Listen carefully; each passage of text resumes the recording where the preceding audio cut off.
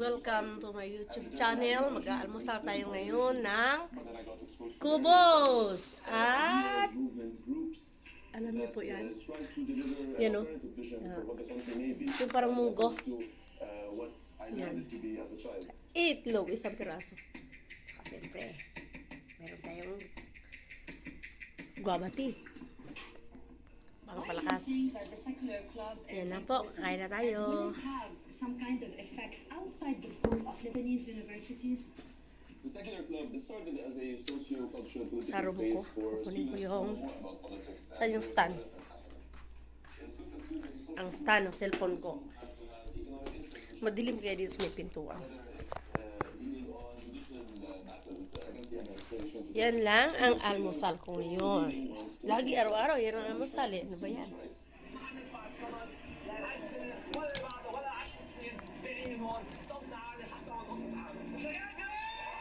In 2019, it was basically the youth student component of the October 17 uprising, but it also transformed into a force which is able to impose a certain discourse on the Lebanese landscape. Kakain tayo, mga friends. Kobos, ito yung kobos. Ito po yung kobos, ho. Yan. Now, Ito the yung way I pagkain see it, ko sa Lebanon is Saudi. already a political movement. Araw-araw, kobos. Kaya araw-araw. Expansive social base. Nahay, ubos. Hugot amor. Nahay, ubos. And challenge both sectarian parties, militias, banks, and the various other Itlog. forces which have co-opted these spaces. And that's our way forward. And I think that's what makes it a political movement. Parang munggo, marami na akong nalag sa Pilipinas nito eh. Ito yung, hinigisa. Hinigisa lang. Asa, you were part of the generation that was born in peacetime. But in 2006, this changed for you. Can you tell me a little bit about that? I was in Lebanon during the 2006 war, during the summer.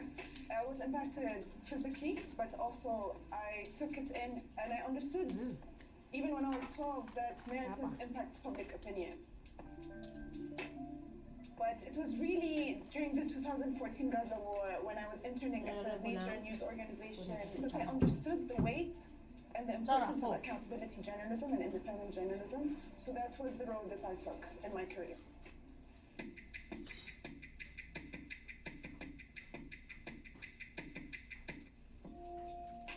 Ito sa kutsara sa airplane Qatar. Tatapon na nila to, kinuha ko. Ang mga kasama ko hindi nila kinuha. Kaya, dahil nila wala silang kutsara. Ako meron. In Lebanon, the media are owned by partisan groups and political parties, which are the political class that a lot of people in the protest movement rose up against. At the heart of corruption are enablers, which are the mainstream media. Disinformation is the illustration of corruption in narrative and ideas.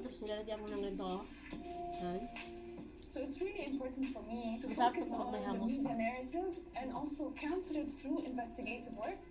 So with the independent media organization I work for, I took on the daily news, reporting and covering the violations against protesters, the protests that were happening all over the country. There were media blackouts. So we were the ones who shed light on what was going on in a way that most media, mainstream media didn't.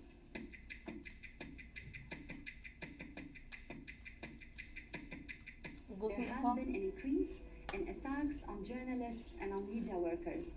Is freedom of speech in danger in Lebanon, in your opinion? I think freedom of speech right now is going through a specific kind of challenge because of social media and the government's use of social media to intimidate people into self-censorship.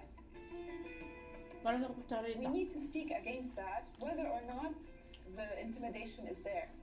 And I think a lot of independent media workers understand this risk, and they understand that now is the time to continue with the accountability journalism, continue with open source investigations in order to uncover the status quo and to dismantle it completely.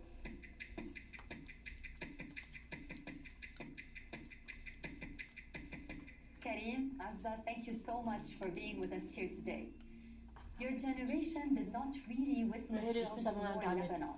However, everyone has been scarred in the country, maybe through our parents or through stories that we hear. Now, I want to start with you, Karim. Hindi ako How did mahilig this magbili ng shape damit. your political activism in the country? Mahilig na ako mabili Now, ng although we didn't gamit. experience the Civil War, we were taught or inherited Hindi ako a mahilig narrative magbili ng about, damit.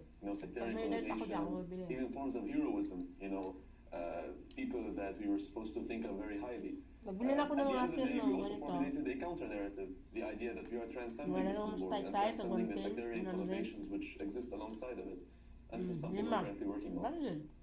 What about you, Azza? So I also have a kind of unique upbringing, as my parents are both from secular backgrounds. So I had this Lima binili ko. angle Dala ko nga that dito. I got from my parents, while understanding the trauma that they lived through during the Civil War, since it's an inherited intergenerational trauma, and wanting never to have this happen again.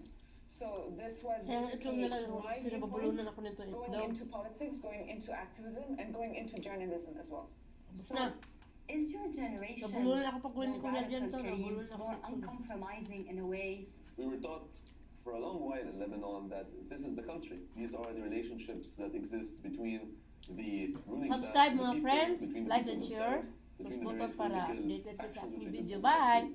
And we're Salamat suggesting po! that there's nothing Bye! static about